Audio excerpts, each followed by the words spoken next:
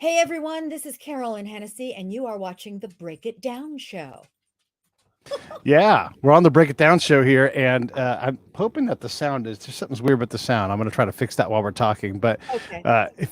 if you don't know Carolyn, of course you know Carolyn. I mean, come on, she's Well, been around for a no. long time, from General Hospital and a bunch of other things. But Carolyn, I thought what we might start off with is when you've been in the industry as long as you have, has COVID and all the challenges, has that been the hardest part of everything? I mean, you're established, you're not worried about day jobs and all that stuff, but how Oh, how has that been for you? I mean, worried about day jobs. Listen, actors are gypsies, and unless you're, Tom Hanks or Helen Mirren, you're always worried about a day job. So, we kind of go from one to another. I'm so lucky that I've got General Hospital, which has been back since July. The protocols that we have to follow are extraordinary, and I don't think to date we've had one positive test. I could be wrong, but since July. So, we're safe and sane, but we've been working. So I'm so grateful for that. Um, no, COVID has not been the hardest thing I've ever had to deal with. No, finding a job that can be in any day and age, but especially for a woman of a certain age, um it can be challenging, shall we say. So that's what's happening. that's right. that's been a little difficult, but again, the writers at General Hospital seem to love Diane Miller, as do the fans, and for that I am oh so grateful. I hit my knees every morning, as they say. When you were starting out, when did you realize this is actually going to work for you? You are going to be able to build a career out of this, because I mean, it's got to be tense where you're like, I mean, you got worried about contracts and making everybody happy. When did you like get over the hump where you're like, I've got this. I'm no longer worried about that problem. I'll go find a new problem. Well, here's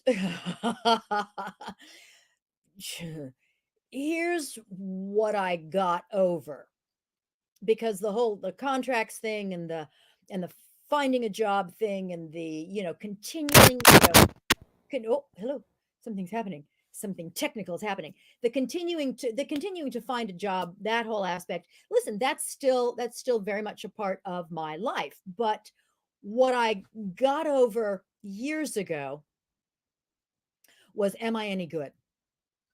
Am I just kind of a pretender, and trying to convince everyone that I know what I'm doing? I got over that, and that's really the big hurdle. That's the big kind of mental psychological hurdle that I think a lot of actors don't get over. Am I supposed to be here? I'm standing in the spotlight, but you know I'm nobody knows that, and hopefully nobody knows that I don't think I'm any good. That a lot of actors suffer from that, and I got over that kind of quickly. So as a result, I enjoy watching myself, because a lot of actors don't. They don't want to see what they've done. They don't want to see the mistakes, and it's like, oh, I couldn't care less. I love seeing the mistakes, and I love seeing the good parts, and I'm very comfortable saying, yes, yeah, I got this. And as a result, when I go onto a set or on location, it's for years now, it's been my mantra that my job is, if they've hired me, they know I can act. So my job now is now to make everybody else's job easier. That's my mantra in life, and on any sort of set or location that I'm on. That's my mantra in life. How can I make your job easier? And that seems to work very well. That- I mean, that's pretty incredible, because you think about what it means to be someone who does daytime drama. I've had a number of people on, people who've dabbled in the industry. I mean, we had Lorenzo Lamas on. He was one who's like, oh my God, it is so much work, so many lines of dialogue, so like it's so fast paced and just relentless. I mean, it's a completely different form of acting Oh, that, I mean, oh, can you imagine? Yeah, yeah. well, here's the thing. It all has to come from a place of authenticity, truth, to be kind of trite about it. And you have to come from that place of truth. Okay. Once you figured out that, you got it. So you can go from daytime drama to primetime drama to procedurals, which are very difficult, to the stage, to Mm. film. once you kind of tap into that authenticity within yourself, and you don't try to steal somebody else's authenticity, because that's never gonna work, because it's not yours. So once you tap into your own, and you realize that it's yours to own, you can own it, then things become a little easier psychologically. Okay. But yes, in terms of the nuts and bolts of it, the lines, oh yeah, the speed at which we move, the the lack of acting direction, artistic direction. It's, you stand there, you say it, you move over there, you say that, you sit down here, you say that.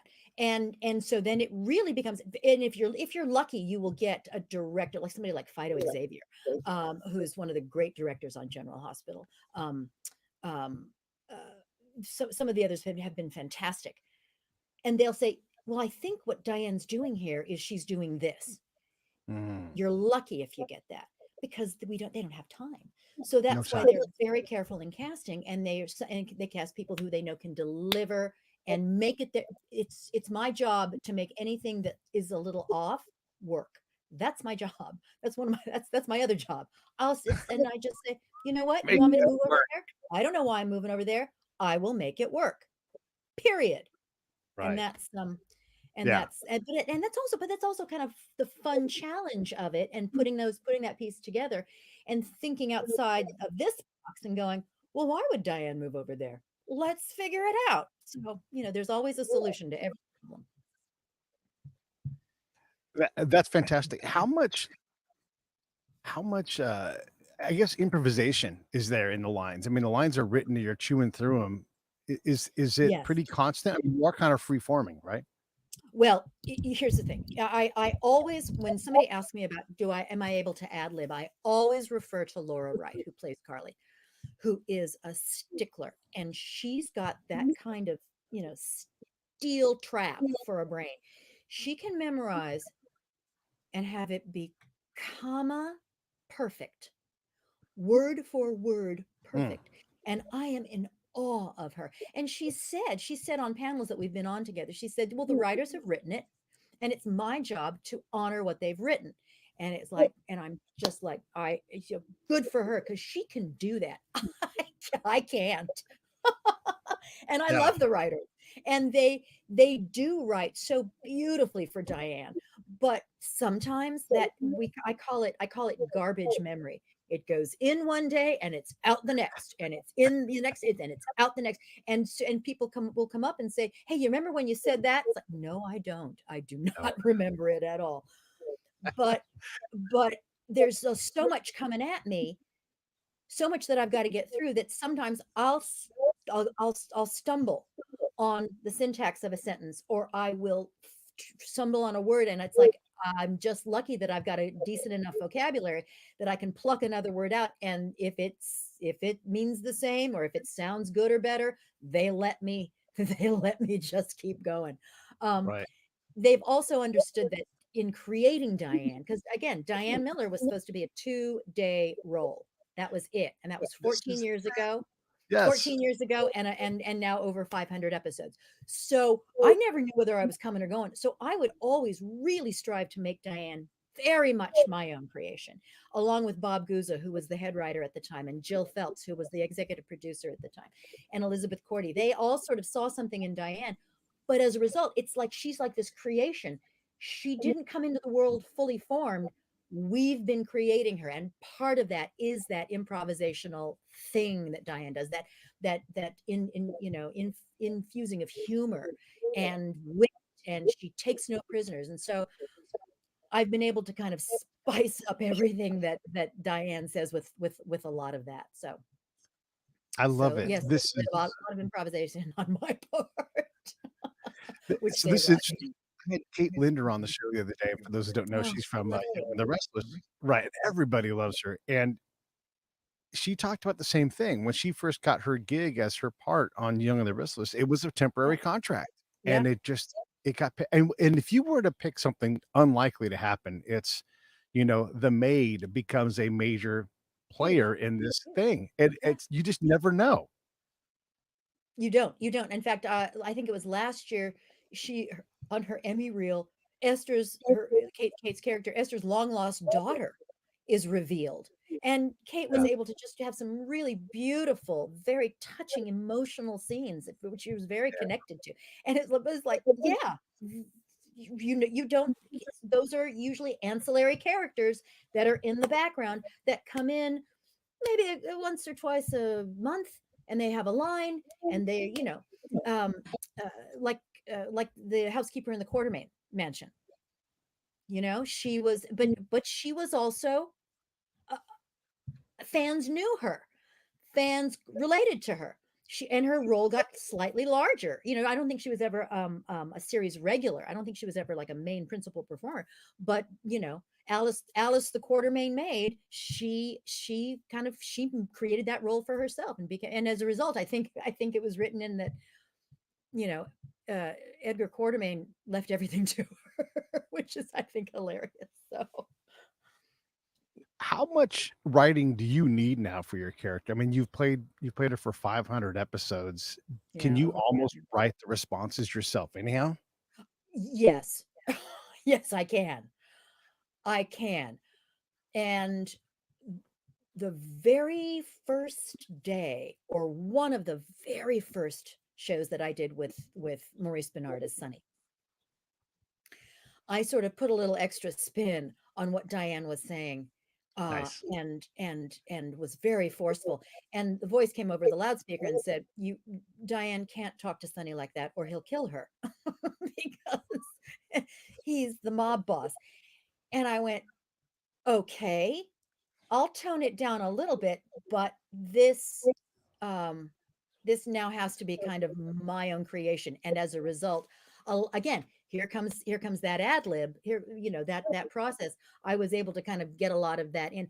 And I, fortunately for me, because Maurice Benard and Steve Burton both have such pull really on the show, they are so huge in the world of daytime and so beloved that they both responded very well to it initially.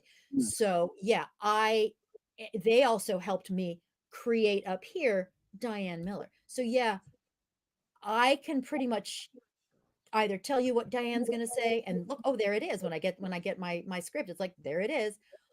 Or I can kind of come up with it in the moment, and it works. But yeah, and the writers know it too. That's the really exciting thing. The writers know Diane. Right.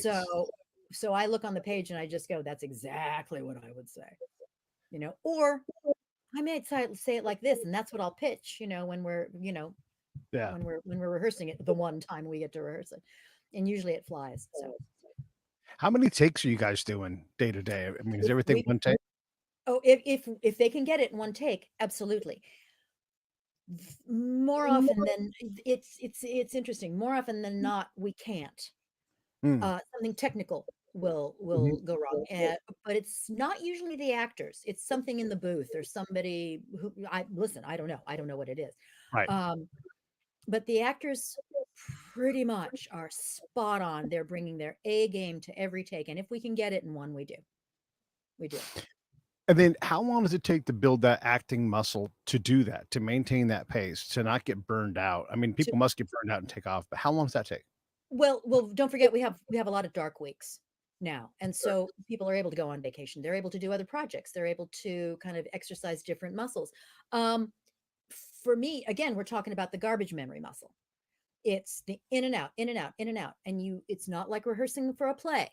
I've done certain Shakespeare plays, and the lines will never leave me because it's constant repetition.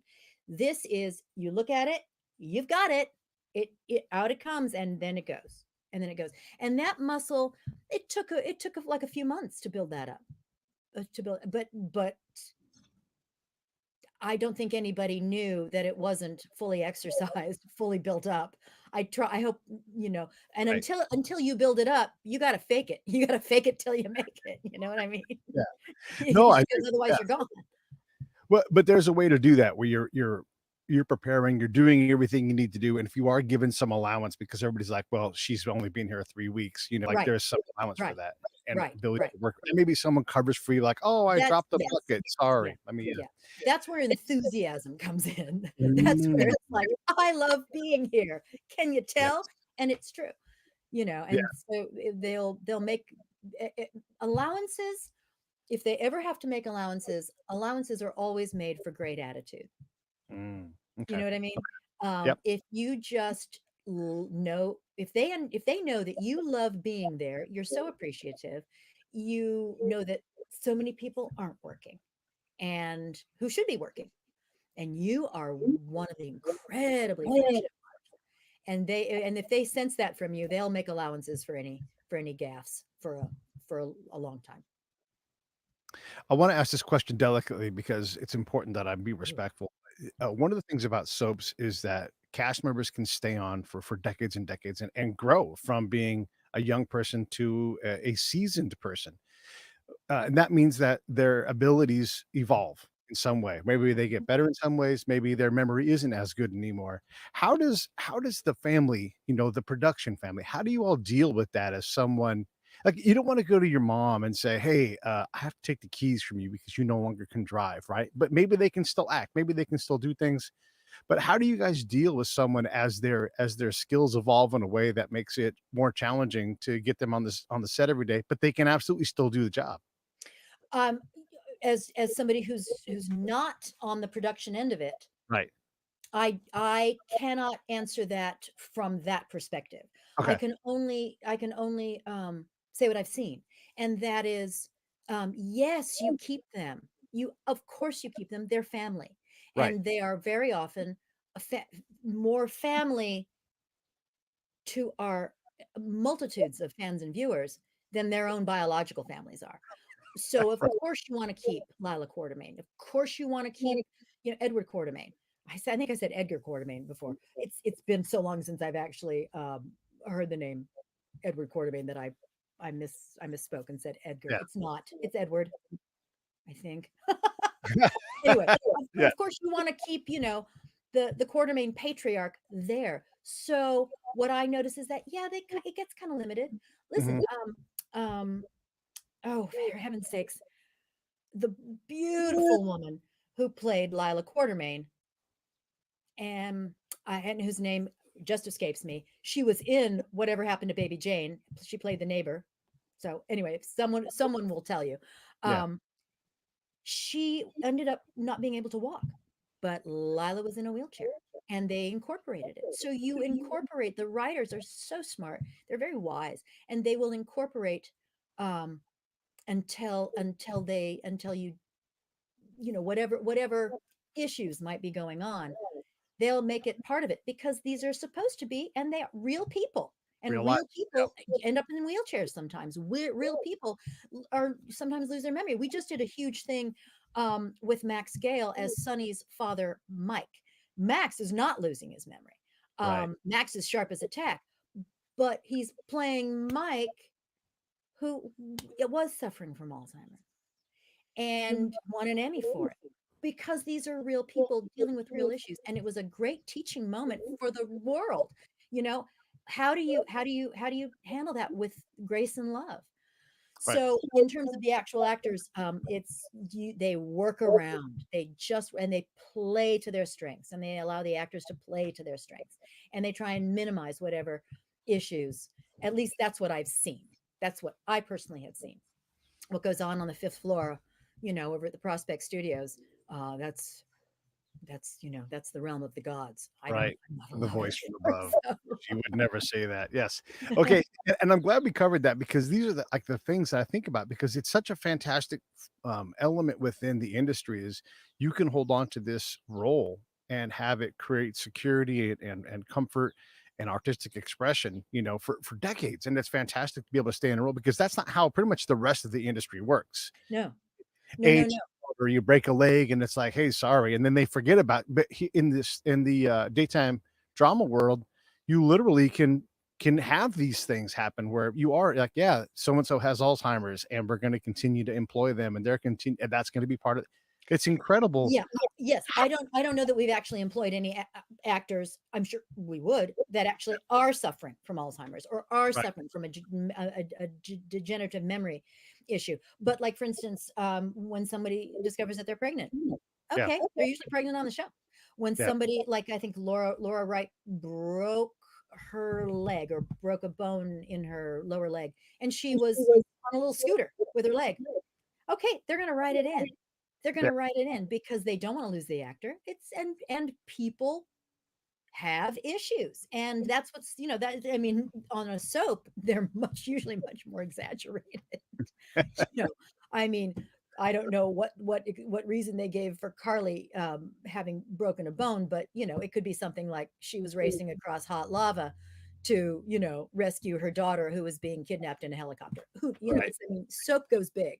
Yeah. So But why is that possible in the daytime drama world, but it's a lot less likely in the rest of them? Sure, pregnancies, we all remember, we've seen, any number of characters actually have a pregnancy and they hide it right. in some way, but just in general, the ability to hold on to someone for again, decades, that is just not common. I mean, cartoon characters in The Simpsons, sure, but Right. that's cartoon. Right. But those characters never age. Right. And the characters on soaps can be a child one moment, and then they will kind of let go of that child actor sometimes, often, and Right. then in the next episode that actor is aged 5 years with that character is aged 5 years with a new actor. Sometimes they will let it ride, like Mm. Robin Scorpio, who I believe was Robert Scorpio's daughter, I think. Mm. See, there are hundreds of characters on this canvas, and they've come and gone. But I mean, we got to see her grow up from a little girl and mature into a young woman. Steve Burton started out, I think, as a teen on Right. the show, and is now, one of the stars and one of the best actors in daytime. So, yeah, you know what? I totally forgot your question. I have to admit to that. Hello. Well, but let me change gears a little bit here too. So I Okay. want to Okay, good.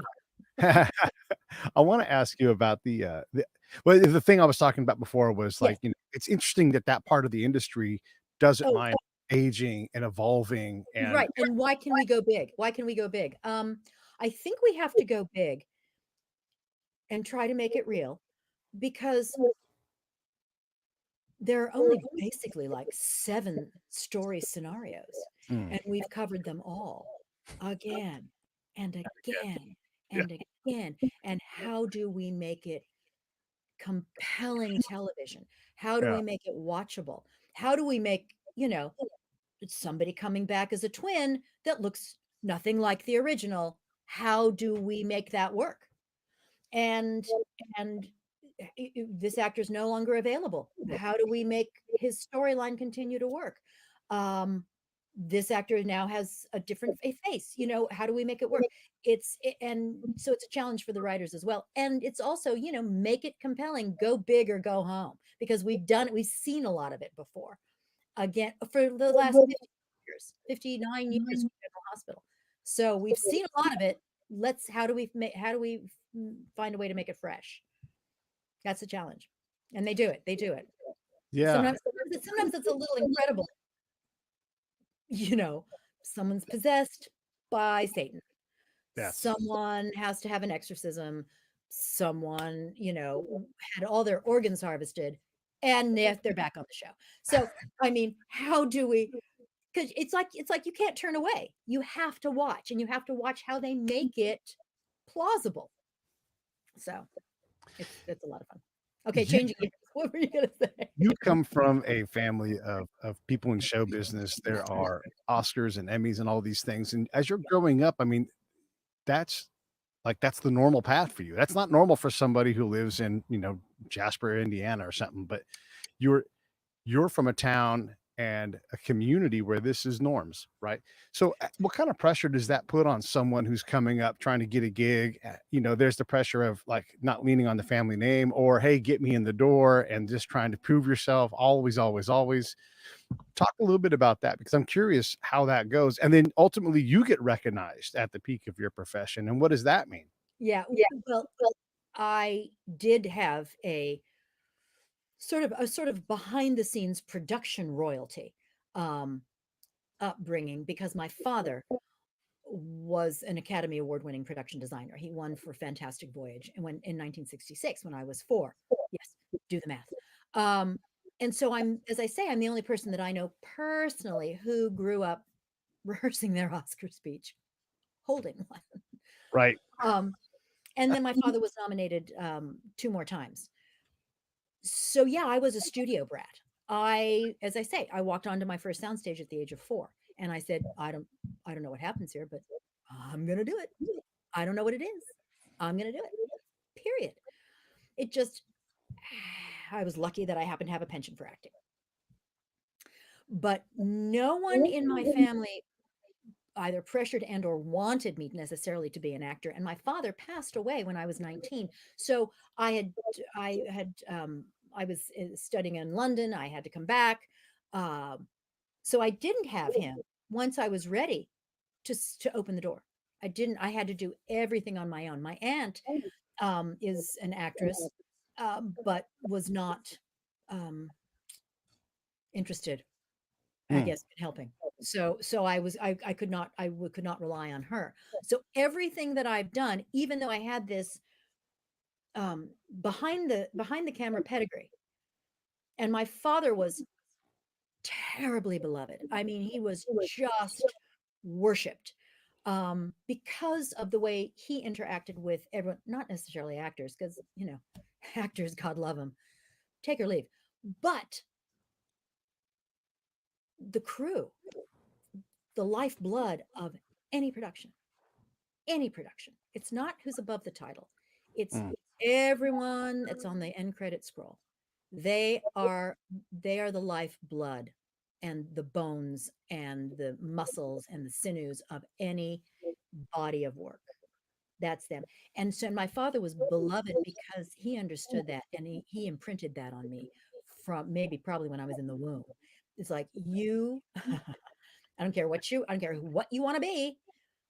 If you go into this business, the crew's your family, and they will love you and or make your life miserable depending on how you treat them. And you don't treat them well because they're going to do things for you. You treat them well because they're smarter than you, they're better educated than you, they're better read than you. Their morals are often their moral compasses points north far more often than anybody you meet in front of the camera. And I'll be damned, but he was true. My father always spoke true, and as a result, I love that I work with. They quickly become family, and again, it feeds into that mantra of how can I make your life easier? How can I make your life easier? What can I do? Because I want to be asked back. Yeah. And word goes around very quickly. Oh, and there boy. are a lot of talented people out there, but you have the right attitude, you'll be one of the ones that's asked back. So yeah, I had to do it I had to do it all on my own. But yeah, I did it all on my own. So that's groovy. I will say this, when I first started coming up, and my father's name was, because my father again passed in 81, when I started working and people found out that I was Dale Hennessy's daughter, it was not like, oh, here, let's give you this role. It was, do you need any lumber? Do you need anything painted? Do you want any props? It was all the behind the scenes stuff. Like, what can we do for you as his daughter, which was really, really lovely. It's like, yeah, okay, I'll take a Yeah, sip. that's neat to hear, because again, in the industry of show business, in baseball, there can be some physical traits that are passed along, and then you're in early and you're getting coached at a higher level throughout. But that doesn't necessarily bear out in Hollywood. And matter of fact, it might even be worse, that you have too many trappings of that Hollywood royalty, and it can, we all know people. We can think of people that didn't survive or got chewed up in the blender pretty bad. Yeah, made bad choices Right. because because things might have been handed to them. Bad choices were available. I mean, if And you're bad choices were available. Listen, bad choices have been available to me, but I credit my dad. yeah, I credit my dad in this industry for keeping my head screwed on straight. I have something in my eye, and I'm not quite sure what it is. Yeah, my father, and even though again he passed when I was still in my teens, my late teens, the lessons were uh, they make up a core part of my brain, a core part of my brain. how do you describe those lessons? I mean, again, you're a teenager, right? Your brain barely works, but something's passed on to you. How did he choose to give you these messages? Well, he would just I remember kind of where he was in the house that I grew up in, and he'd just sort of stand there and say, "Look, if you're going to do this, if you're going to choose this path in this industry, not a behind the scenes path, and not in any other industry, then you take to heart, you're not a phony. You are authentic. You are real with people. You treat people better than you would treat yourself. You respect, respect, respect, respect. That's the key word. That's the key word. Respect and understand what everybody else does and why when there's a lull on set and you're hurrying up and waiting, because I've seen people kind of go, what the heck, why are we waiting? It's a two line scene. It's like, and I say, look around on this set. Mm, We may be idle, we may be sitting in our little chairs, we may be sitting at Video Village. There's something that's in a crisis somewhere on this set that someone is working their ass off to fix right now. right. So throttle back, you Yeah. know, and Yeah. just play it cool. Bring a Yeah. book, bring your knitting, play it cool. Because it's unless everyone's on, unless they've called a 5-minute break, Right. and I'm speaking more along the lines of like a television show or a film right now. Right. But because on the soap, it's things get fixed very quickly. There's never really a lull. But anytime, anything else that I've done, it's a different animal, and there's a lot of you get ready, you get to your director's chair, and you sit and you wait, and they're working on the lighting. There's a sound issue. The camera can't fit through this door. They've got to, what's happening over here? There's always something going on. Not no one is 100% idle. There's never 100% idleness on a film or a television set, on like a primetime set. Someone's always working. Someone's always trying to fix the problem. So that's why I have very little patience for people who are impatient. Yeah. Well, I think there's a seasoning in that too. I mean, I'm a military guy, and hurry up and wait, like that's one of the things we do. And when you're doing like movement, travel from like say a combat zone all the way to home, it only can go as fast as it can go. No one's trying to delay you. No one, like there's a problem, especially like, and this is, I think you'll appreciate this, Carolyn. It's like if I'm going to fly somewhere, commercial or military, or whatever, and the plane is broken, I am no longer in a hurry. Like, please, That's right, take your exactly. time. You Fix fix the it. plane. If we got to cancel, Yeah. I'm okay with that. Yeah. I'm not going to get on that plane. Right? I'll make do right here. Yeah. I'll go to Starbucks and get some Take a coffee. nap. Yeah, exactly. Do what you need to do. Do what you need to do. And again, it's I'm not calling those shots. I'm not saying I'm not going to get on this set until this lighting is fantastic. I trust that the Sure. lighting people know exactly what they're doing, and they'll see if it's not great. And guess what? I'm going to wait because I'd like to look as good as possible. But that too, that's seasoning also, right? Like you've got a job, and if you stick within your job, then you don't have to worry about lighting. You don't have to worry about writing. All No. these, someone else does that. Now, do Yeah. you have times when you have to overlap and work something out? Sure. Oh, absolutely. Yeah. Absolutely. In fact, and if like for instance on the soap, if somebody has written something and they literally have the gender wrong, or they're not honoring what has already been established, like for Sunny or for Carly, but especially for Diane, I can say, look, this line won't work because of this back here. And they go, oh, yes, oh, absolutely. you know, let us fix that. And the best directors are always the ones that you can go up and say, let me pitch you something. I'm going to pitch. I'm not going to do it. I'm not just going to say it. I mean, very rarely do we do that. We usually will like, you know, pitch something in a rehearsal, but more often than not, I will say, I'm going to pitch you something. You tell me if you don't like it. You tell me if it's not going to work. You don't even need to tell me why it's not going to work. You're the director. It's your vision. I am here to bring your vision to life. So I'm just going to pitch it. You don't like it? I'm done. I'm not, I won't argue. And more often than not, because they enjoy smart actors, they will say, oh, that's fantastic. I love it. And sometimes they will say, can't do that because this is coming up and you don't know it in the next episode. It's like, oh, fine, great, fine. Yeah. But they Or maybe they have another place where that idea works. They appreciate thinking individuals. Which I want to talk a little bit about Studio City, because this is the evolution of what your marketplace is. I mean, Sean Cannon says, hey, I want to do this other project. And we had him on the show yesterday and we raved about you, but I'm fixing my hair and I don't know what I'm doing. Sorry. Oh, what? I'm just looking at my head going, what? Sean Cannon. Yes, Sean Cannon. I love Sean Cannon. Okay. Yes. And so he's like, look, I don't want to have to always go out and chase jobs and sit in on auditions. Of course I do those things, but why don't I create something? I have the ability to now, and say, look at what else I can do, so that people go, huh? And it's like, really, it's this incredible creative experience, but it's also a marketing tool, and not just for him, but for all of you. I mean, for everybody. You got nominated for an Emmy from being on this thing. Yes, I did.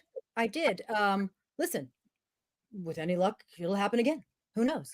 Yeah. It happened. Because the writing's that good. And Timothy Woodward Jr., who is our director and I think also one of the producers, he's tremendous to pitch to. It's like, Timothy, here's an opportunity for my character coming through me to talk about, as the executive producer, to talk about what I think is the greatest mantra that someone should have in show business. And that is, there's a particular scene, I think it's episode 6 or 7 of the new edition, the new set of shows that comprise the entire first season, the back half.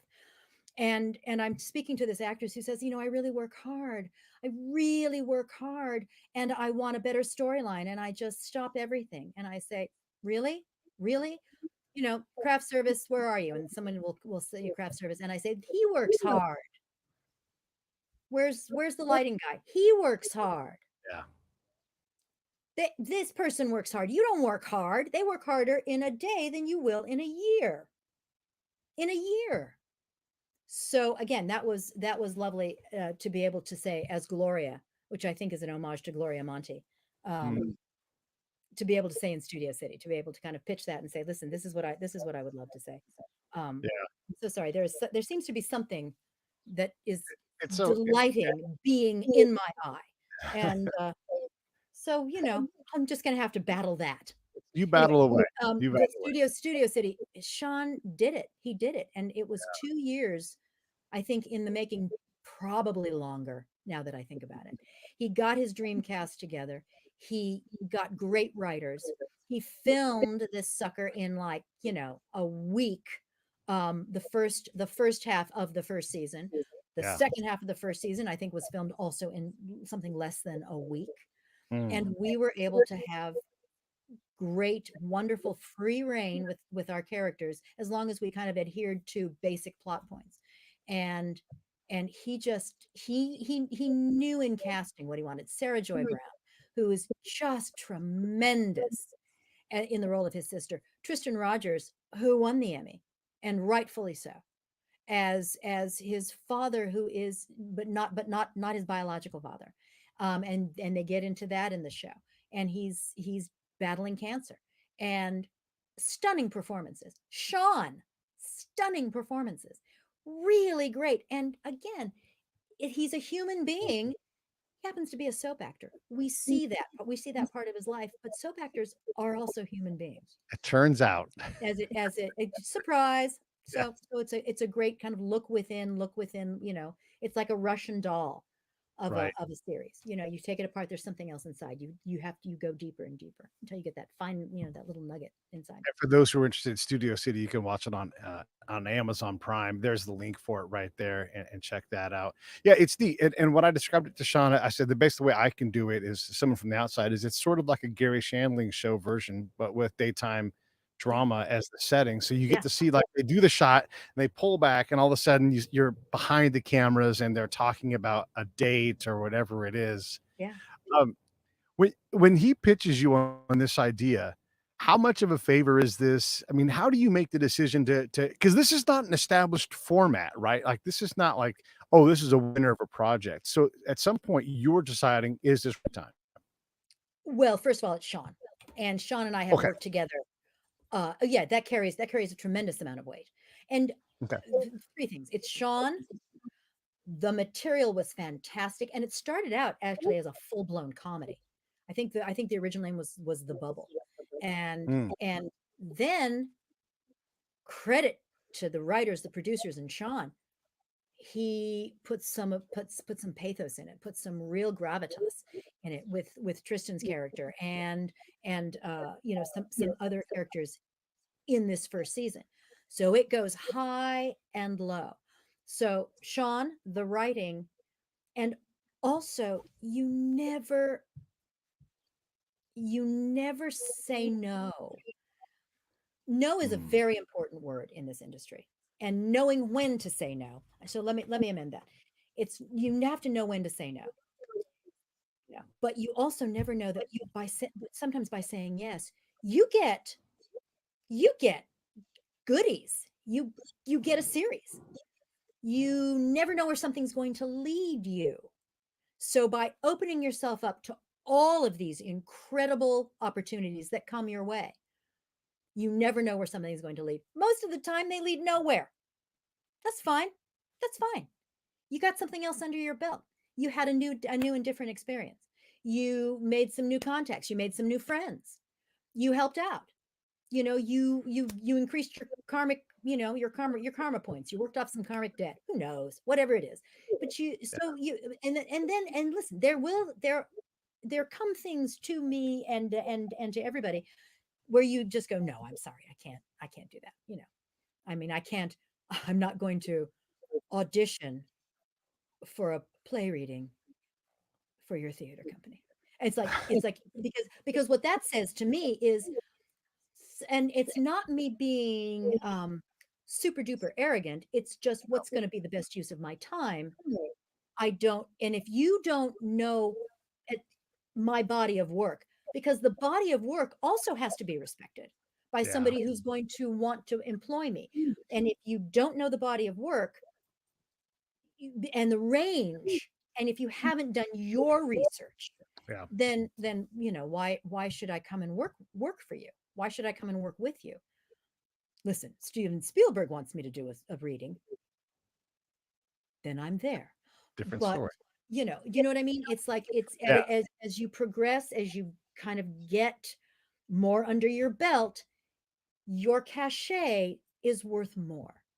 Your name is worth more, and that has to be honored as well. So there have to be a lot of things in play to say no, and a lot of things in play to say yes. But usually I say yes more often than not. I still do. I always have, because it's fun. Working is fun. Working is joy. What So kind yeah. of projects do you want to have drop on your lap? I mean, you get asked, you're going to say yes. And by the way, I get that audition thing. You've reached a point in your career where people know what you are now if they've done their work, and Yeah. if they want you, not just 25 versions of you and which one's going to come through, right? Right. Because I'm still, give me somebody, what is it? Get me someone like Carolyn Hennesy, get me Oh, Carolyn yes. Carolyn Yeah. Hennessy type. Get me a young Carolyn Hennessy. What? What? So yeah, and again, once again, I forgot the question because I went off on my No, own just tangent. the question, and I reiterated on your point about auditioning, like, Yeah, you yeah, reach a point in your career where you are a known commodity, and yeah, again, I and that love has, yeah, and you you're respecting yourself Yeah. and what you've gone through. And by you, I mean me. I mean like the general you. Yeah. How hard I had to work to get even to where I am, which is hopefully not where I will be next year, next Yeah. month, 5 years Yeah. from now. But where I am now required a boatload of work. Yeah. And that has to be honored as well. And I do have to say, you know what? I can't do that, or I'm going to pass on that with love. Pass. Thank you so much. But The again, for me, I normally say yes. and this is an important thing, and we'll get off this in a second here, but the same thing applies, right? For what I do, someone will want to question me, and I'm like, well, I've got a website with 1,000 episodes, and I've talked to people that have won Emmys, won Grammys. My musicians have sold over 1.7 billion albums. So it's okay, like I've done and I don't mind, Yeah, but if someone doesn't know someone else at this point in our technological advancement, right. they're lazy. They're Yeah, lazy. yeah, Yeah. there's a problem there. I Or wanted they're, to or ask, they're like me and technologically challenged. but that's a different thing. That's a different thing. Yes. You can It's say, like I I heard, want to do it. I want to research somebody. I just don't know what buttons to push. Oh, I pushed that button and my yeah. entire bank account just disappeared. What? Yeah, that's me. That's Well, me. and also you do a very specific thing, and I know a lot of actors who struggle, and I'm not saying this is true for you, but I know a lot of actors who are so brilliant in their ability to pull off an emotion. And like, when you sit in front of someone who does this, they have this like this laser beam of power that hits you. And you're like, hey, I'm just a guy who's talking to you across your kitchen table. You can turn down the thing, but they can't because that's what they do. But that same person can't work an ATM machine, or they're Right. like the Right. simplest things. And you must know people like this. They're like, I know. they're so great at emoting. There are a lot of savants, in Yeah. Hollywood. I can do one thing. I like to wear many hats, and I do remember this question. Okay, what would I love if it dropped into my lap? I'll forget and then I'll remember. I would love something. Listen, I always love comedy, and I try to infuse everything I do with a little bit of comedy because people do try to see humor. Even the most hardened hearts do often recognize humor. They try to expel humor. So I love anything funny, but I also would love to be handed something very vulnerable, um, a victim of something. I mean, a true victim of something awful that she has to kind of claw her way back, physically, psychologically, mentally, emotionally. Um, that's there's gold in them thar hills, and I would love to mine that. I would love. I've written a series of children's novels, the Pandora series, and I should have one to hold up and show you, but I don't. Self promotion. Oi. Um, but there's a whole pitch that I've been working with some producers, and we're going out, and I would love to see that actually made into a live action series, with me in it. That I would love to have dropped in my lap because it's the subject matter. It's Mhm. ripe for the time. Yeah. It's girls to the front. It's girl power. It's very diverse. It's Mhm. so I would love to see that. I would love to see someone say, "Oh yeah, oh we get this, and this is perfect for this day and age." Um, it's like sort of timeless tales. I'd love to have the Pandora series picked up. Yeah, but something vulnerable, really vulnerable. Something utterly lacking in humor. Where do you go with that? I did actually a film called Saint Agatha, Mm. directed by Darren Bousman of the Saw franchise fame. I think it was Saw 2, 3, and 4. And so, very, very gory, bloody. It was my first leading role in a horror film. It was tremendously fun, but a humorless character. Um, humorless. So that was fascinating. It was really fun to play, very dark. How does the actress come back from that? Mm. That was also a lot of fun. But yeah, something very vulnerable. Is there a role out there that you'd like to do that you're like, I don't know if I could pull that off though, but I'd love to. Like I'm about to do this thing with some friends of mine that do isolation music videos, right? So I'll sing and strum and play. And I'm not a musician. I can play a little bit, I can sing a little bit, but they're like, do it with us, right? And I'm like, okay, that's a really good stretch for me. And we'll Yeah. see if we pull it off or not. But is there something like that where you're like, "Ugh, I would love to try this, but it might be I've just a little bit too I've always said that there's a there's a role I'm a little too I think I've aged out of it now, unless everybody far." ages up with me. But the quintessential role that I'm talking about is a film that you would only find on Turner Classic Movies. It's called The Barretts of Wimpole Street, Hmm. and Norma Shearer plays Emily Barrett, who becomes Emily Barrett Browning. And this is the story of her meeting Robert Browning and these great, great poets and writers. And Charles Lawton plays her father, and she's damn near consumptive, in this. She's on a fainting couch, and she's always kind of the bottom of her dress is always covered with a blanket, and she's she's very delicate and frail. Or is she? She's got she's got a steel rod for a spine, and everyone comes to her, and everyone's sort of flitting about her, and she's this hub of gentility, vulnerability, um, love, caring, sweet, sweet, sweet. And that is something, because I have angles, and I'm sharp, and I've built a career on that. She's not there's not a great deal of humor, but she's just overflowing with love and kindness. And she defies her father, again played by Charles Lawton, who in one of the great roles. Oh, it's so beyond creepy and awful. But she defies him, and how she does it, and how she escapes. So if anybody wants to see what I would have loved to have done, Mm. go watch Norma Shearer in The Barretts of Wimpole Street. And it's also a brilliant film. It's a brilliant classic film. It's one of my top 10. So it's that. I It's wanted kind to ask you too.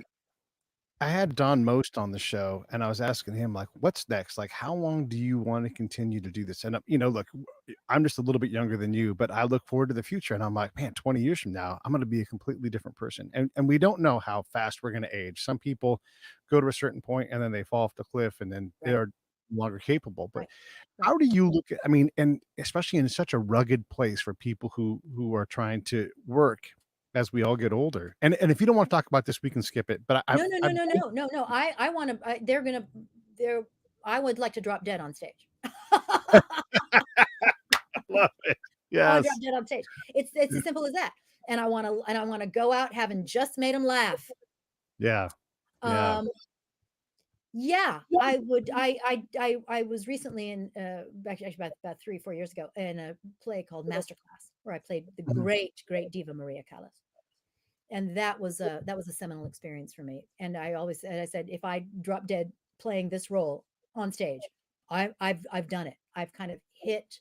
Terrence McNally's play was just so extraordinary, and it was a joy to play down here at the Garry Marshal Theatre. But Oh, I want to be acting till they put me in the ground. yeah. Good. Simple as Good. that. I mean, when you are so convinced of something at the age of 4, like I was, that doesn't leave you. The fire in the belly never goes out. At least Right. I do not envision it going out. And I'm pretty good at predicting certain things about my future. And that is something that I want to leave them laughing I love that it. fast. Just I want to go. I don't want to see it coming. But I'd Yeah. like to be maybe, unfortunately, if it's on the set of a film and I've already been established, it will cost the production some money to recast and reshoot. But Yeah. there you go. Yeah, I'd like to, that either that, or I stay very healthy, working out on a trapeze. So it's either trapeze or, drop dead on stage. Yeah, your trapeze workouts were Yeah, mentioned yeah. yesterday too. And this is the thing is that in a couple of decades back, we would be old already, we're in Oh, our I 50s. know. Oh, But I know. but no longer. Like you can go out, put on some blue jeans and go dance and everything, and everybody's like, look at those people having fun. And it's not like it Absolutely. was. We would, yes. I don't know that we would be, well, listen, if it was, 1776 or, the 16, 15, 14, 1300s, we'd be dead. Yeah. We'd probably be dead. Or we would be having, been cast aside, Right. left to die on the side of the road, Yeah. or we would be revered as elders, but Mm, more than likely we would be dead. yeah. So yeah, 50 is the new 20, Right. new 20. Yeah. Yeah. Especially if you take care of yourself and you laugh a lot and you have a great attitude, you can, Right. you can sport some frown lines or some, what do they call them? 11s, Uh-huh. or whatever's going on. And you could wear a gunny sack walking down the street and people will just go, well, what's that? I Yeah. want some of that. It's all what you give out, and you're in complete control of that every day. And life may have done a number on your head and it might not have been good, but you're in control. After a certain point, you're in control and you can just say, I enough, and you give out with the good stuff. And that's it's like a beacon. It's a lighthouse for people. So I want to also ask you about your charitable stuff. Obviously, you've got a and Kate Linder too. Goodness gracious, you ladies are so busy with charity. Talk a little bit about the things that you're passionate about, so we can make sure we acknowledge that, and yes, hopefully, yes, I'm an ambassador for American Humane, the oldest humane association in the country. Both animals and children started out. And so if you find some quarters in your couch, donate, please, because the work they do is spectacular. And 98 cents, I think it's something like between 90 or 98 cents of every dollar, not 2 cents or 20 cents, it's in the 90s, goes to the animals, goes directly to rescue, rehabilitate, joins soldiers with military dogs, bring them home. Soldiers suffering from PTSD, they've got all of those programs. They've got Humane Heartland. So it's like, if you're a meat eater and you would like to eat, locally sourced, but also humanely raised and slaughtered beef, go on their website. They've got, and they are the, no animals were harmed in the making of this production. That's so American Humane. The tentacles are beautiful and brightly colored and long. So please donate to that octopus. I'm also an ambassador for my local zoo, the Los Angeles Zoo and Botanical Gardens. And again, what they are doing, spectacular work.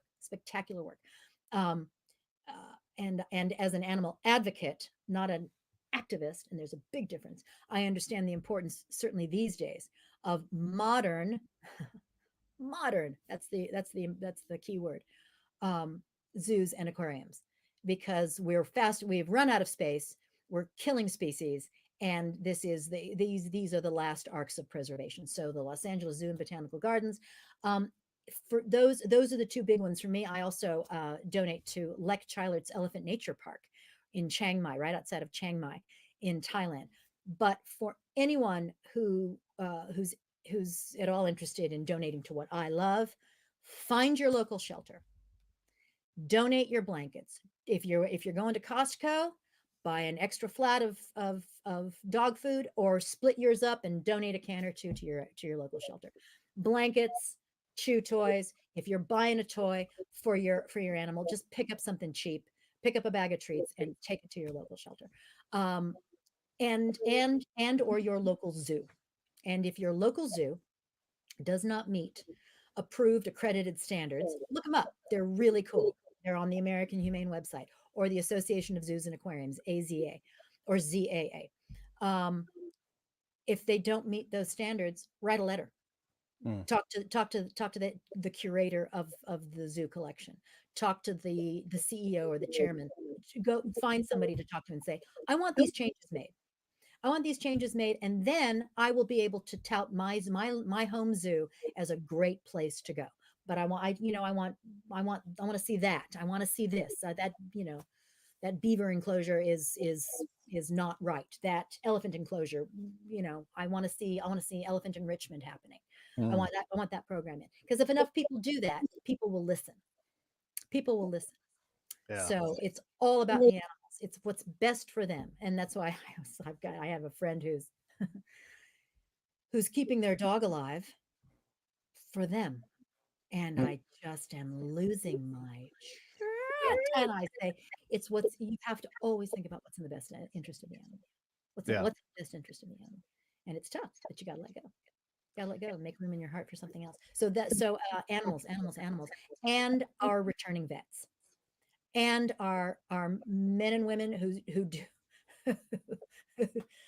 and that also includes police officers. So Sure. anyone in my life who is doing what I couldn't do in a million years, who is keeping me safe, who is protecting our borders, protecting the freedoms that we have in this country, who is putting their life on the line every single day, because that's the ultimate respect. That is the ultimate respect. So I also, veteran programs, and you get the best of both worlds when you join a vet with a, returning military dog. Yeah. That's great. That's great. My brother's going to get a service dog soon too, and you're right. It's all through the charities, and it makes it possible.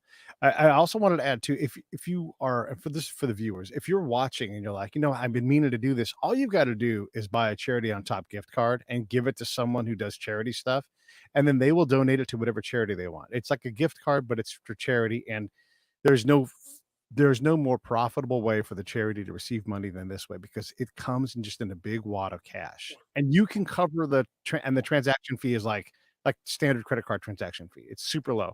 So you can cover that. Do some research though. Cause for instance, I personally would not support PETA. No, and I'm not saying this isn't that. So I buy a gift card and then I give it to you, and then you give it to whatever charity you want. But the people that you're giving those cards to, yes. do your research. Yes. Do your research. Make sure that you are giving to an organization that actually does what they say they're going to do, that is not encumbered with slush funds or lawyers or big marketing campaigns. Right. And actually the money goes to the cause that's important to you. Yeah. That it actually affects the cause that's important to you. It's not paying overhead. So, hey, I don't want to keep you any longer, but is there any question I should have asked you? Is there anything that we should have talked about? No, we talked about Pandora, the book series. Go buy the book series. Pandora Gets Jealous. That's the first title. We talked a little bit about the trapeze. Yes. Studio City. All love to Sean Kanan. Soaps. God bless General Hospital. God bless the fans. God bless the fans. Let's see. Life in the time of COVID. No, I think we're good. If we can do it again, I'd love to do it again. Oh, for sure. We'll talk off mic here in a second. I love it. Give me 1 sec to wrap this thing up. Stand by. Okay. Hey, thanks for watching the show. I really appreciate it. Right here, you can subscribe. Please do that. It makes the show grow. Hit that notification bell so you know which incredible guest is coming up next. Down below is the PayPal link. You can put a small subscription in. That is an enormous help. All that money goes right back into the show. And then right up over here are the next episodes you should listen to, curated by yours truly.